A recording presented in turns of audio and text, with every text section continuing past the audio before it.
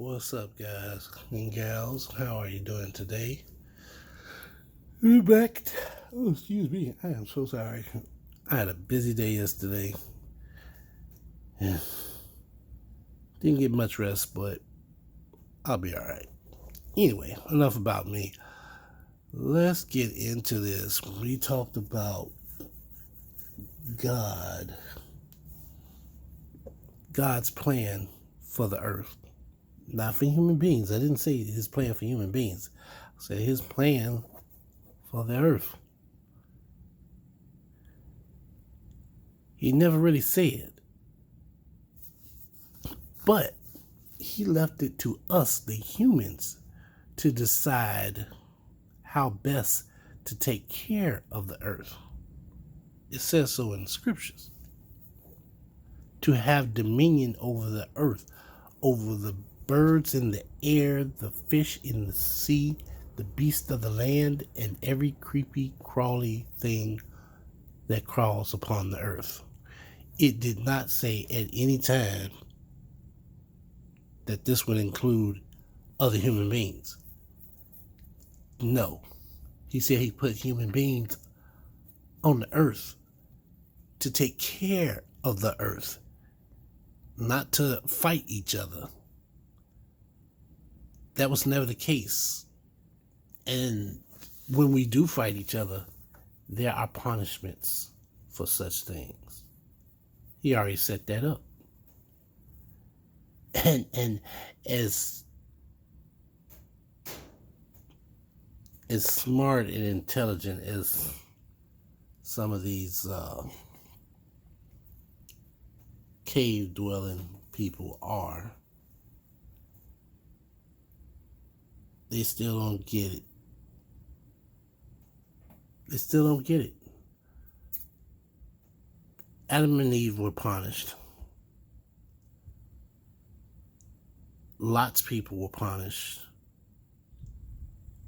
So many people. The guy on the boat, you would think I would remember his name. Oh my goodness, Noah's people were punished.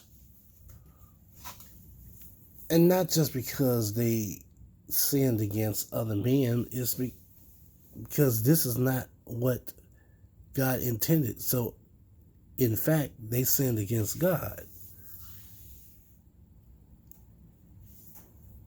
The two brothers, Cain and Abel. The one that survived, he was punished. So you have all these instances throughout the Bible where somebody did something wrong. Somebody did something against their brother, against their people, against God. And God said, no, I've already put things in place. If you go outside this norm that I've established, bad things will happen to you. Well, why did God do this? I don't understand. And then some people will say, oh, well, God don't put no more on you than you can bear. There's a way out.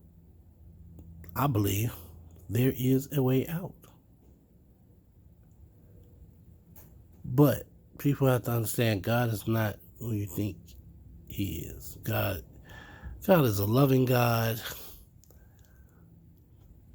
But God can be very vengeful when he doesn't get his way. We see this all the time, all throughout the Bible. It's not like I'm lying. What was the purpose of all the? What was the purpose of burning stuff and setting stuff on fire?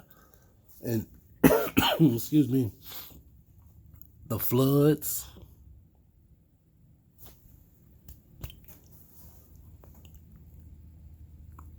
What was the point of all that? Hell and brimstone. Turning people into pillar of salt.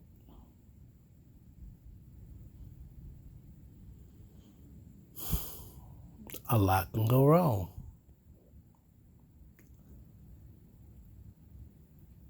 He sent people to do a mission And he said, you might have to kill somebody. Some people will have to die. But instead, they went and they enslaved people. They took women as their concubines. That's not what God said. And then you wonder why you get punished. You wonder why years later your people end up as slaves. So sometimes you got to fight your way out of it. God is a source of power. God is a source of knowledge. Sometimes in life when you pray and things tend to happen, it's because God has given you the knowledge to be somewhere at a certain time so that you will get that blessing and not somebody else.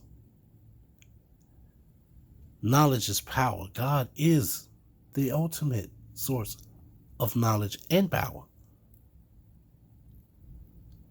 And that's how I feel. A lot of people think, oh, well, God ain't came yet, but I know he's coming. He's coming. He may not be here when you want him to, but he'll get here right on time. No. That's something the old folks say. God sits on his throne. He lays out a plan for you. Okay, this kid wants this, that, and the third. So I need to put together some information that's going to lead him step by step until he gets to what he wants. As long as he keeps believing in me, he shouldn't have no problem, or very little problem. So what happens? You wake up one day and you get this thought in your head to do something. It don't work out. So a couple months later, you try it again. Very little effect, but it's a start. And then one day, you just happen to be in the right place at the right time. And lo and behold, you finally get your blessing. God then came through. That's because that was a plan all the time. You just didn't understand it. It's a step-by-step plan. Just like learning how to walk. When you're a baby, you don't come out of the womb walking and talking, hey, doc, what's up? No, it's a step-by-step procedure. You get up, you try to walk because you see everybody else walking, you fall, you hurt yourself. You start crawling. It's safer. But you keep crawling until you build up the confidence to walk. You already have an idea in your head. I want that. But in order to get that, I have to be able to walk like everybody else. So I'm going to keep crawling until I can walk. It's going to happen. I know it's going to happen. At that point, you're going by instinct. You're going by basic instinct.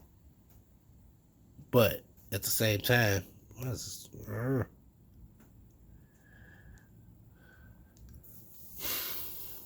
God is in the mix. It's always been there. Should never be a doubt that he was there. So, ignorant white people, because you do have some good white people. You do have good blacks, and you have some ignorant black people. But see, you also have the type of people that they act like they can do no wrong. They do wrong, you just don't see it. They're good at hiding what they do wrong.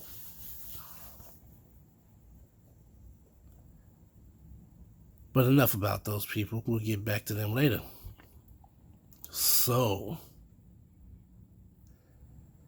and God said, behold, I have given you every herb bearing seed which is upon the face of all the earth, and every tree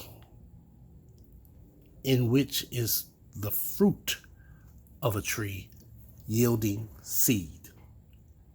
To you it shall be for meat. Plants and vegetables. I said that the last time, and I still believe that. Plants and vegetables. Some people might say, see, I told you. Plants and vegetables. It was plants and vegetables, not eating all these animals. Well, the beauty about having been created in the image of God is that we learn to adapt. You cannot control the earth. You cannot control the solar system. But unlike other species that have died out, we as human beings learn to adapt to our circumstances. That's why we eat animals. Science says the earth went through changes, the land froze over, you had no access to fruits and vegetables. All that stuff was froze.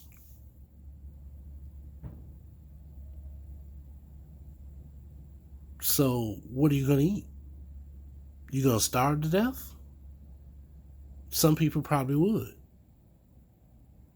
I'm pretty sure some people probably did.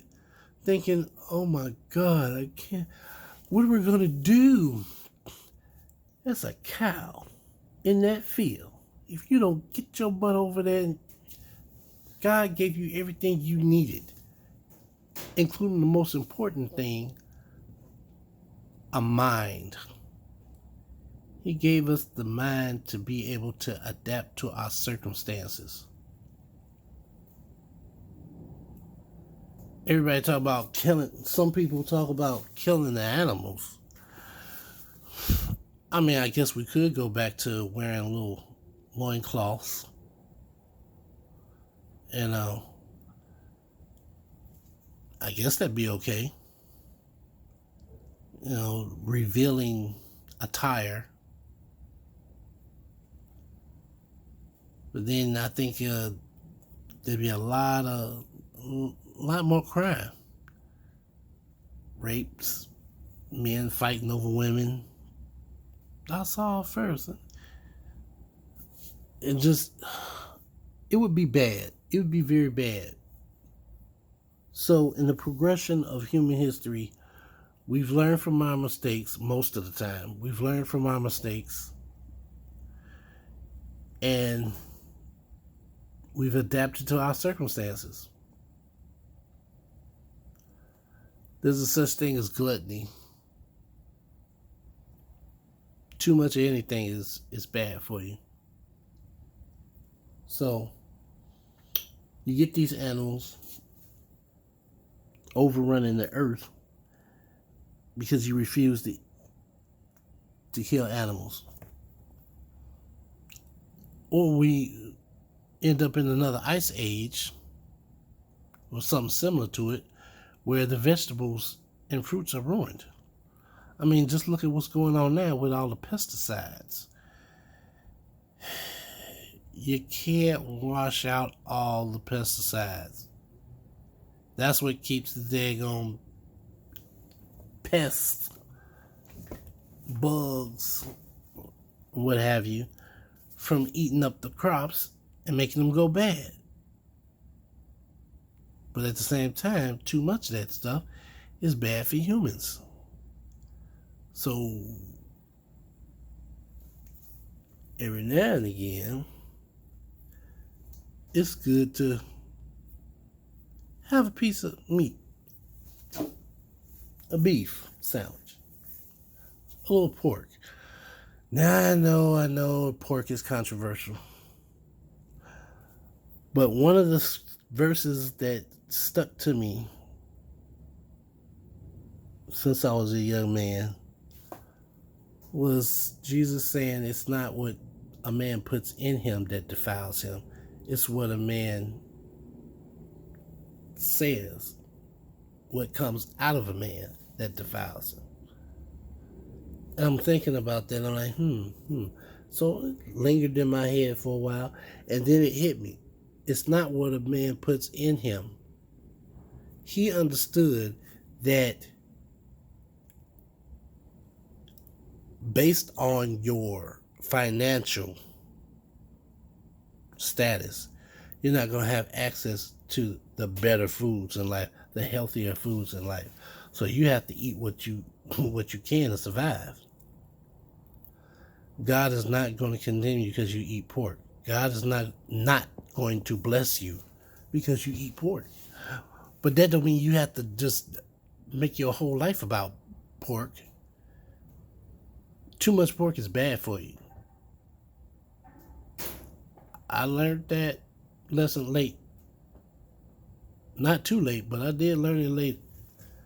I mean, Muslims already knew this. It was the rest of us that was walking around not caring or just being oblivious. Anyway, so God gives us everything we need to get nourishment. I still drink fruit juices. I still like fruit, oranges, apples, pears. Not so much peaches. I eat peaches occasionally. But I try to eat fruit on a regular basis. Don't always work, but I try. The intention is there. And to every beast of the earth, and to every fowl of the air, and to everything that creepeth upon the earth, where there is life. Where there is life, I have given every green herb for meat, and it was so.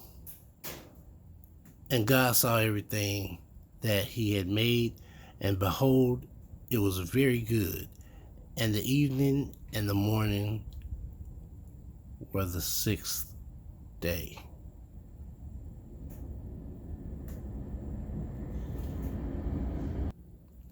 So,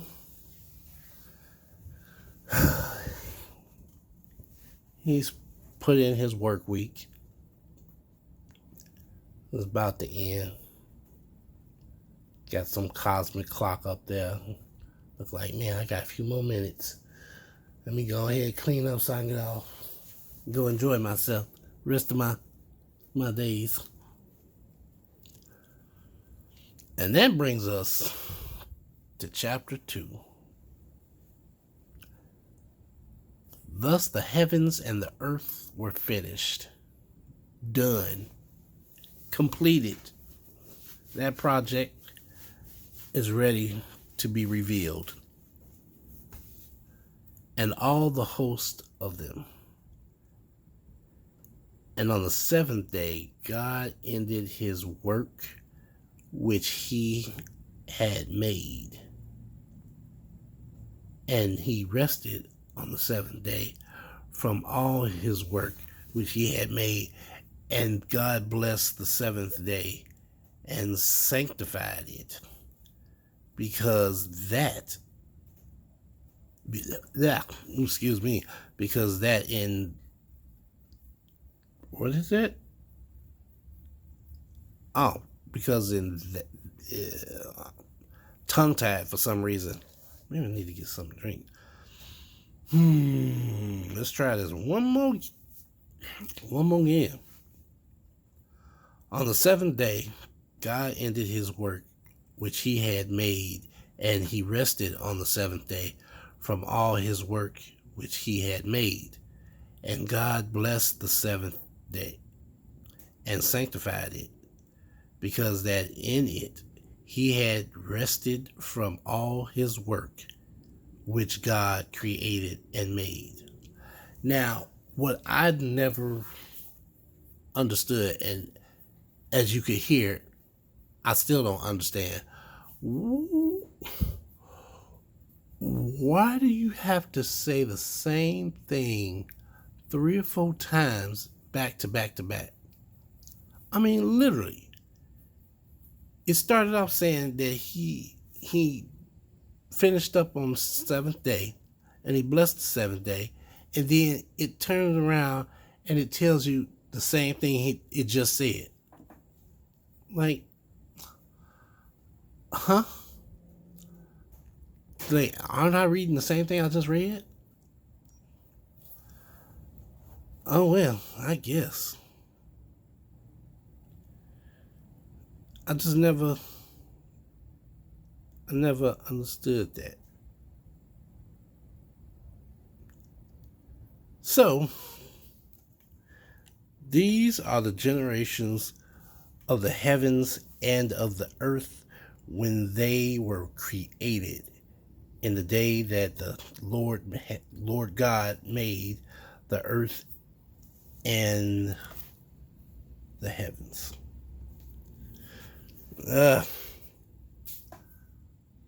So, what do you think?